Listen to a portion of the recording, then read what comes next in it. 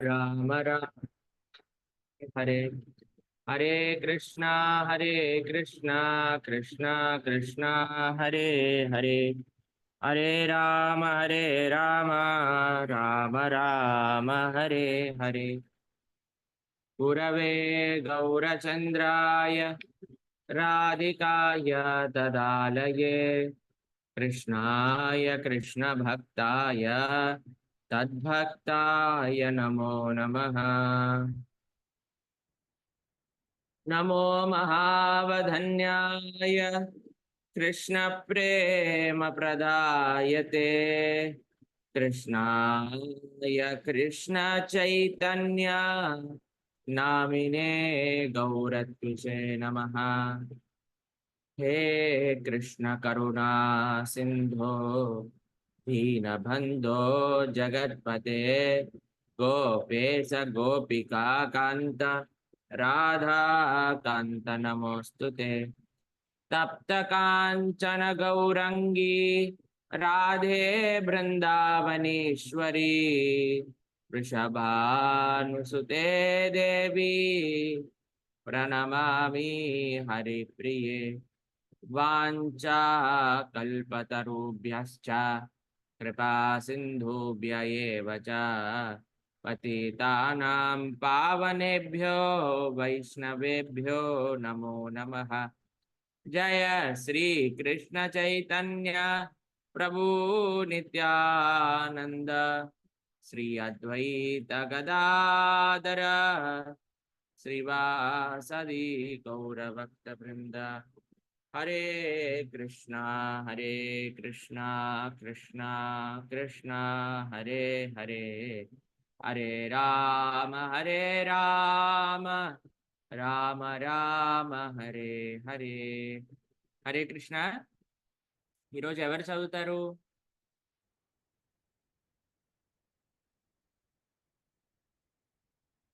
Loud and clear గా ఎవరు చదవాలనుకుంటున్నారు చైతన్య శిక్షాష్టకాన్ని, చైతన్య శిక్షామృతాన్ని ఈరోజు?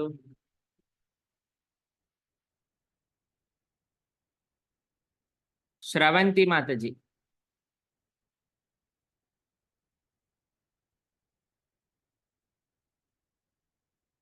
శ్రవంతి మాతాజీ.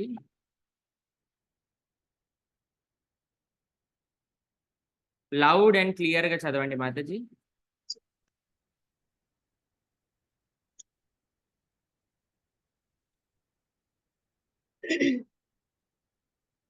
నిజముగా నీ ప్రవర్తన నన్ను చాలా కలవరపరుచుచున్నది. నీవు అత్యంత శ్రద్ధతో ప్రభుత్వ వ్యవహారములను నిర్వర్తించు వాడవు కనుక నేను నీపై ఆధారపడి ఉన్నాను. ఇప్పటి వరకు నీకు కొన్ని బాధ్యతలను అప్పగించి నేను నిశ్చింతగా మిగిలిన పనులను చూసుకొనుచుంటిని. నీవు తిరిగి ఉద్యోగములో చేరి నీ విధులను నిర్వహించనిచో ఇంతకు ముందు నీవు చేసిన విశ్వాసపూర్వకమైన సేవ వ్యర్థమగును. ఇప్పుడు నీ ఉద్దేశమేమిటో తెలుపుము అని నవాబు సనాతన గోస్వామిని అడిగాను. తాను ఇక మీదట తన విధులను నిర్వహించలేననియు నవాబు దయతో తన స్థానములో విధి నిర్వహణకు మరియొక్కరిని నియమించు కొనినచో బాగుండనియు శ్రీ సనాతన గోస్వామి సమాధానమిచ్చెను. ఆ మాటకు నవాబు ఎంతో ఆగ్రహించెను. మీ సోదరుడు వేటగాని వలె జీవించుచున్నాడు. నీవు కూడా ప్రభుత్వ వ్యవహారములు పట్టించుకొనక ఉపేక్ష వహించినచో సర్వనాశనమగును అని సనాతన గోస్వామితో తెలిపెను. నవాబు సనాతన గోస్వామిని తన సోదరుడుగా భావించడి వాడట. నవాబు ప్రధానముగా దేశములోని ఇతర ప్రాంతములను జయించుటలోను జంతువులను వేటాడుటలోను కాలము చుండుటచే ప్రభుత్వ విధుల నిర్వహణకు అతడు ఎక్కువగా సనాతన గోస్వామిపై ఆధారపడి ఉండడి వాడట. అందుచేత అతడు నీవు కూడా ప్రభుత్వ సేవ నుండి విరమించుకొనినచో ఇక పరిపాలన ఎట్లు కొనసాగును అని సనాతన గోస్వామిని అర్థించెను. నీవు గౌడ దేశమునకు గవర్నరు, శాసకుడవు. వివిధ అపరాధములు చేసిన వారిని నీవు వివిధ రీతులలో దండింతువు కనుక నేరము చేసిన వ్యక్తిని తగిన రీతిని దండించుటకు నీవు సంపూర్ణ స్వేచ్ఛ కలదు. నీకు సంపూర్ణ స్వేచ్ఛ కలదు అని సనాతన గోస్వామి గంభీరముగా సమాధానమొసగెను. నవాబు జంతువులను వేటాడుటలోను రాజ్య విస్తరణమునకై మనుష్యులను వధించుటలోను నిమగ్నుడై ఉన్నాడు కనుక అతడును తానును తమ తమ కృత్యములకు తగిన శిక్షను అనుభవింపవలెనని సనాతన గోస్వామి సూచించెను. బుద్ధిమంతుడగుటచే నవాబు సనాతన గోస్వామి అభిమతమును గ్రహించెను. కోపముతో అతని ఇంటికి వెళ్ళిపోయెను. తరువాత స్వల్ప కాలములోనే ఉత్కళ దేశము ఒరిస్సాను జయించుటకు వెళ్ళెను. సనాతన గోస్వామిని బంధించి తాను తిరిగి వచ్చు వరకు చెరసాలలో ఉంచవలనని అతడు ఆజ్ఞాపించెను.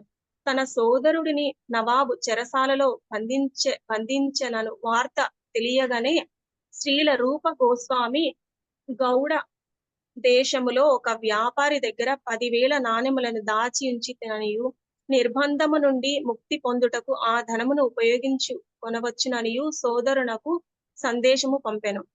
తాను బంధింపబడిన చెరసాల అధికారికి సనాతన గోస్వామి 5,000 నాణెములను ఇచ్చెదనని తెలిపెను. ఆ ధనమును తీసుకొని తనను బంధము నుండి విడుదల చేయుమనియు అట్లు చేయుటచే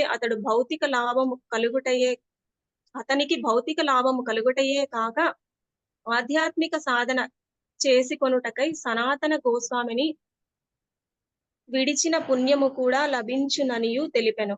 నీవు కోరినట్లు నేను నిన్ను చెరసాల నుండి విడవవచ్చును. ఎందుకనగా నీవు ప్రభుత్వ ఉద్యోగము చేయుచున్నావు. గతములో నాకు కొన్ని ఉపకారములను కూడా చేసితివి. కానీ నేను నవాబును గురించి భయపడుచున్నాను. నీవు బంధ విముక్తుడవైతివని విని అతడేమి చేయునో తెలియదు. నేనతనికి జరిగినదంతయు చెప్పవలసి ఉండును. నీ కోరికను నేనెట్లు మన్నించగలను అని చెరసాల అధికారి సమాధానమిచ్చెను. తాను చెరసాల నుండి ఎట్లు పారిపోయితినో నవాబునకు తెలుపుమని సనాతన గోస్వామి ఒక కట్టు కథను అల్లి అతనికి తెలిపెను.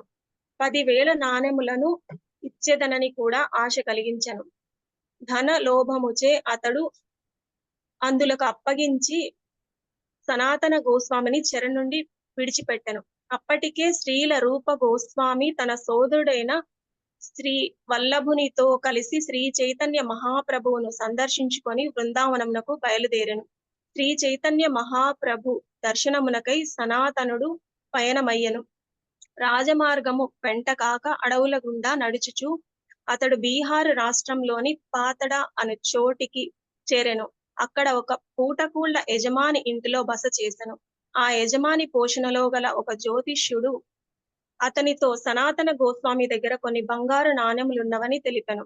ఆ ధనమును పొందవలనను ఆశతో అతడు సనాతనుని పట్ల గౌరవ భావమును ప్రదర్శించుచు మాటలాడెను. ఈ రాత్రి ఇక్కడ విశ్రమింపుడు. సూర్యోదయము కాగానే నేను మీరి దుర్గమారణ్య మార్గము నుండి బయటపడుటకు తగిన ఏర్పాట్లను చేయుదును అని ఆ ఇంటి యజమాని అనెను.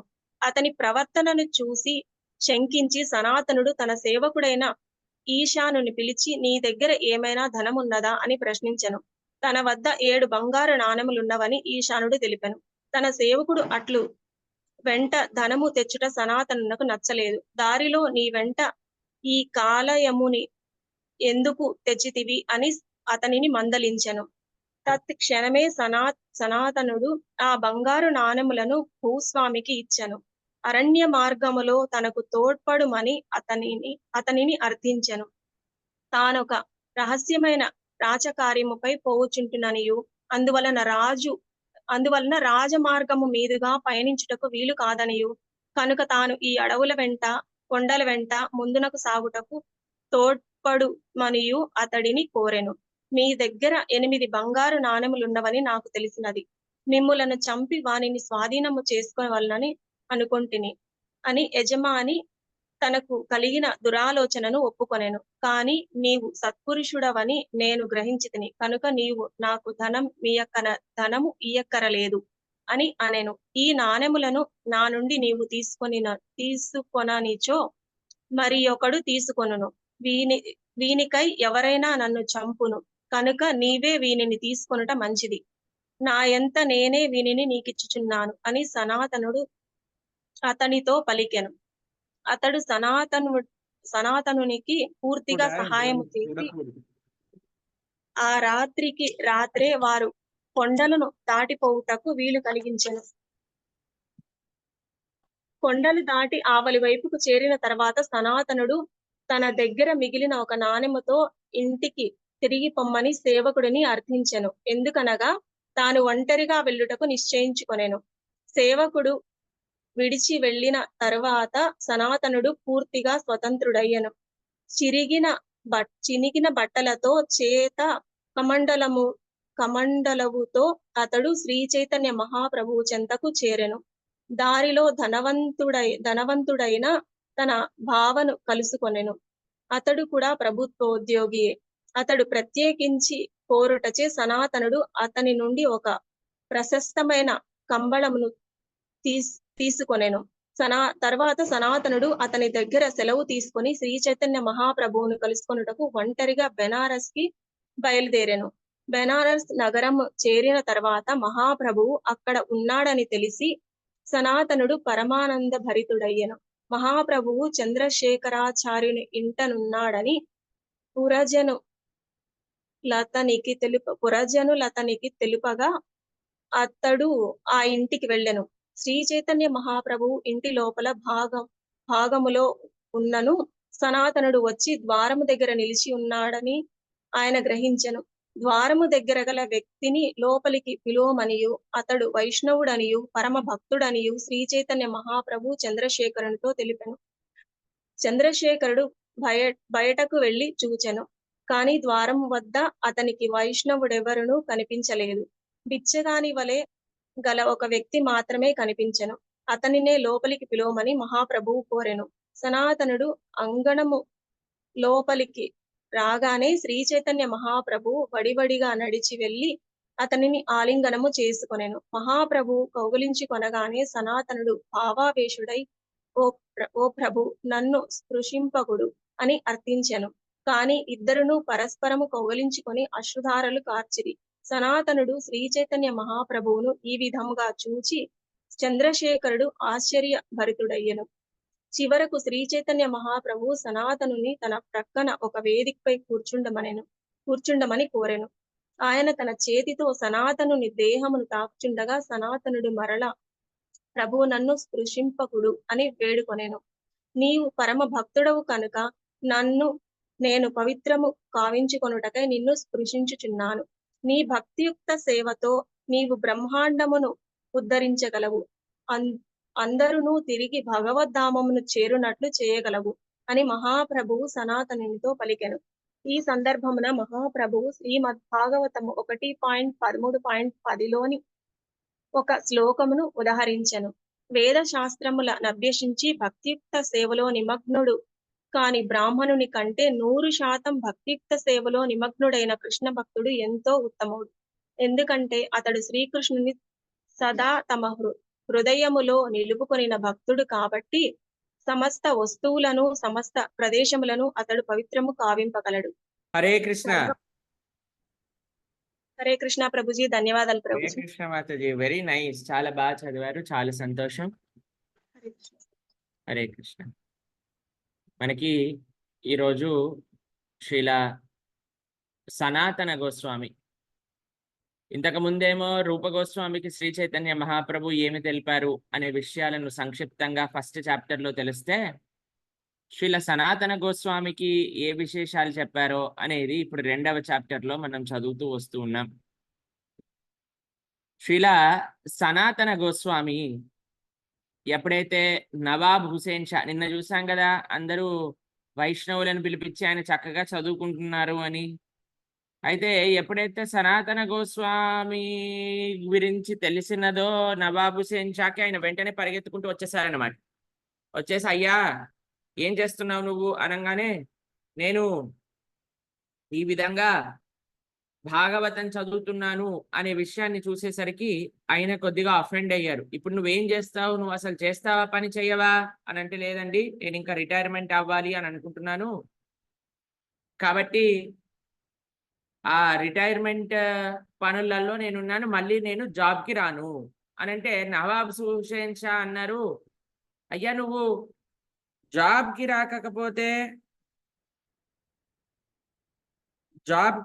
రాకపోతే ఎలా?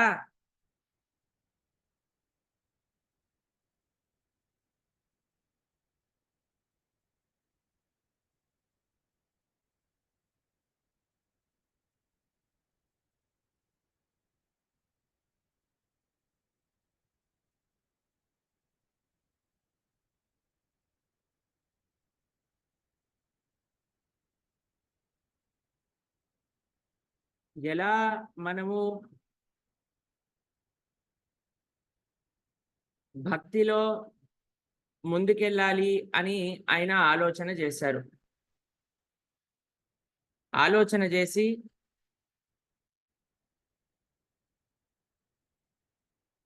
నేను రిటైర్మెంట్ తీసుకోవాలి అని ఆయన డిసైడ్ చేసినప్పుడు నవాబ్ హుసేన్ షా అన్నారు, అయ్యా నువ్వు రిటైర్మెంట్ తీసుకోవడానికి వీలు లేదు,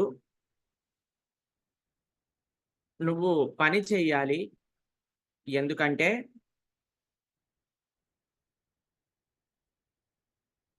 మేము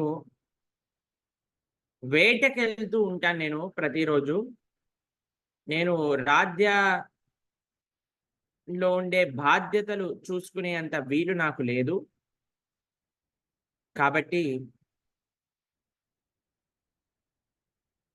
నేను ముందుకి ఈ విధంగా వెళ్ళాలి అని ప్రయత్నం చేస్తున్నాను అని అంటే అసలు రాజుగారికి అస్సలు నచ్చలేదన్నమాట. రాజుగారు అన్నారు, నువ్వేంటి ఇలా అంటున్నావు?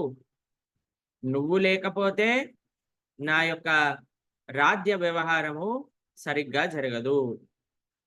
కాబట్టి నువ్వు తప్పకుండా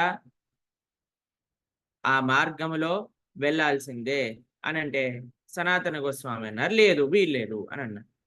అనేసరికి సరే అయ్యా అని నిన్ను జైల్లో పెట్టేస్తాను అని అన్నాడని. సరే అని సనాతన గోస్వామి జైల్లో పెట్టేశారు. ఈయన ఉత్కల దేశానికి వెళ్ళిపోయారు. సరే ఉత్కల దేశానికి వెళ్ళిపోయాక నెక్స్ట్ ఏం జరిగింది అని అంటే, ఎప్పుడైతే సనాతన గోస్వామి ఈ ఉత్కల దేశానికి వెళ్ళాడు రాజు అనే విషయాన్ని గమనించారో అప్పుడు వెంటనే అక్కడ ఉండే జైలు అధికారితో మాట్లాడారనమాట. ఏమని చెప్పారో తెలుసా? అయ్యా మీకు 10,000 గోల్డ్ కాయిన్స్ నేను ఇస్తాను, ఒక చిన్న పని చేసి పెట్టు. అంటే ఏం పని చేయాలండి అని అన్నారు. అయితే ఏం లేదు, నేను హజ్ యాత్రకి వెళ్ళాలనుకుంటున్నాను. ఇప్పుడు బృందావనానికి వెళ్ళాలనుకుంటున్నాను అని అంటే ఆయనకు అర్థమవుద్దా అండి? అయితే నేను హజ్ యాత్రకి వెళ్ళాలనుకుంటున్నాను, మక్కాకి వెళ్ళాలనుకుంటున్నాను, నన్ను వదిలేస్తే నీకు డబ్బులు వస్తాయి, అలానే పుణ్యం కూడా వస్తుంది. ఇప్పుడు కృష్ణ భక్తులకి హజ్ అంటే బృందావనమే కదా, కానీ ఆయనకు అర్థం చేయించాలని ఈ విధంగా చెప్తారు. చెప్పంగానే సరే అని ఆయన అనుకొని శ్రీ చైతన్య మహాప్రభువుని తలుచుకొని ఎలాగో అలాగా అక్కడి నుంచి బయలుదేరి వెళ్ళిపోతారనమాట. బయలుదేరి వెళ్ళిపోయినప్పుడు ఆయనకి ఏం జరుగుతుంది అని అంటే, శ్రీ చైతన్య మహాప్రభువుని కలవడానికి ఆయన బయలుదేరి ప్రయాగ క్షేత్రానికి చేరుకుంటారు. అక్కడి నుంచి వారణాసికి వెళ్ళి వివిధ ప్రదేశాల నుంచి వెళ్తూ ఉంటారనమాట. దానికంటే ముందు బీహార్లో ఒక ప్రదేశంలో ఉన్నప్పుడు ఒక హోటల్ అంటే ఒక అతిథి గృహం అని అనుకోండి, అక్కడ ఉన్నప్పుడు ఆ అతిథి గృహంలో ఉండే ఆ యజమాని ఎంతో సీరియస్ గా, ఎంతో ప్రేమగా, ఎంతో కాన్సన్ట్రేటింగ్ గా ఇంతో మాట్లాడుతున్నారన్నమాట. మనకి అతి వినయం లేదా అతి భక్తి చోరేర్ లక్షణ్ అని అంటారు. చాలా ఎక్కువ భక్తియుతంగా ఎవరైనా మనతో ప్రేమగా ఉన్నారనుకోండి, వాళ్ళు ఏదో ఒకటి ఆశించి చేస్తున్నారు అని ఈ భౌతికమైన సమాజంలో మనం చూడొచ్చు. దానికి విరుద్ధం, దానికి విపరీతం ఆధ్యాత్మిక సమాజంలో భక్తులకి ఎటువంటి అపేక్ష భావన లేకుండా వాళ్ళు భగవంతుడిని ఆశ్రయించి, భగవంతుడి దగ్గర నుంచి పొందే ప్రేమను అందరినీ పంచిపెడుతూ ఉన్నారు. అయితే శ్రీల సనాతన గోస్వామికి అనిపించింది, ఏదో డౌట్ వచ్చింది. వెంటనే తన దగ్గర నుంచి వెళ్తున్న ఈశాన్, తనతోటి వచ్చిన ఈశాన్ని అడిగారనమాట. అయ్యా ఈశాన్, నువ్వు ఏదైనా డబ్బులు తెచ్చావా? అవునండి తెచ్చాను. అది చూసావా, మన ప్రాణాన్ని తీసే పని చేసావు నువ్వు. కాబట్టి వీళ్ళకి కామ్‌గా డబ్బులు ఇచ్చేసి వెళ్ళిపోదాము అని డబ్బులు ఇచ్చేసి అక్కడి నుంచి వెళ్ళిపోయాడు. డబ్బులు ఎక్కడైతే ఉంటుందో, ఎక్కువగా ధనం ఎక్కడైతే ఉంటుందో అక్కడే భయం అనేది ఉంటుంది. ఇలానే మనము పూరేష్ ఇంకా ఆండాల్ యొక్క స్టోరీలో కూడా చూడొచ్చు. పూరేష్ వాళ్ళ భార్య ఆండాల్, ఆవిడ మొత్తం పూరేష్ అన్ని కూడా దానం చేసేసి ఇచ్చేసినప్పుడు వెనకాలకి తిరిగి వస్తారు. తిరిగి వచ్చినప్పుడు ఆండాల్ అరణ్యంలో నడుస్తూ భయపడుతూ ఉంటుందన్నమాట. అప్పుడు పూరేష్ అడుగుతారు, అయ్యా నీ దగ్గర ఏదైనా ఉందా అమ్మా, తీసుకొచ్చావా నువ్వు అని అంటే, ఒక చిన్న వెండి గిన్నె తీసుకొచ్చా అనగానే, దీన్ని పారేసేయి అప్పుడు భయం పోతుంది అనగానే పరేసింది, భయం అంతా పోయింది. అలా నడుస్తూ వెళ్తూ ఎప్పుడైతే శ్రీ చైతన్య మహాప్రభు దగ్గరికి వెళ్ళారో, శ్రీ చైతన్య మహాప్రభు కౌగలించుకొని ఆ భక్తుణ్ణి తీసుకునెళ్ళి సనాతన గోస్వామి తన దగ్గర కూర్చోబెట్టి తన చేతులతో స్పృశించి మరి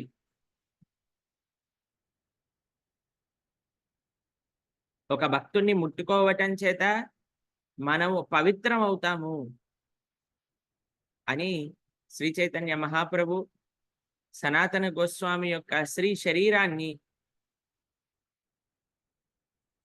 టచ్ చేస్తూ ఎంతో ప్రేమగా అశ్రుధారలు, ఒక శిష్యుణ్ణి చూసి శ్రీ చైతన్య మహాప్రభు సాక్షాత్తుగా నమో మహావదన్యాయ కృష్ణ ప్రేమ ప్రదాయతే కృష్ణాయ కృష్ణ చైతన్య నామినే గౌరద్విషే నమః, అటువంటి శ్రీ చైతన్య మహాప్రభు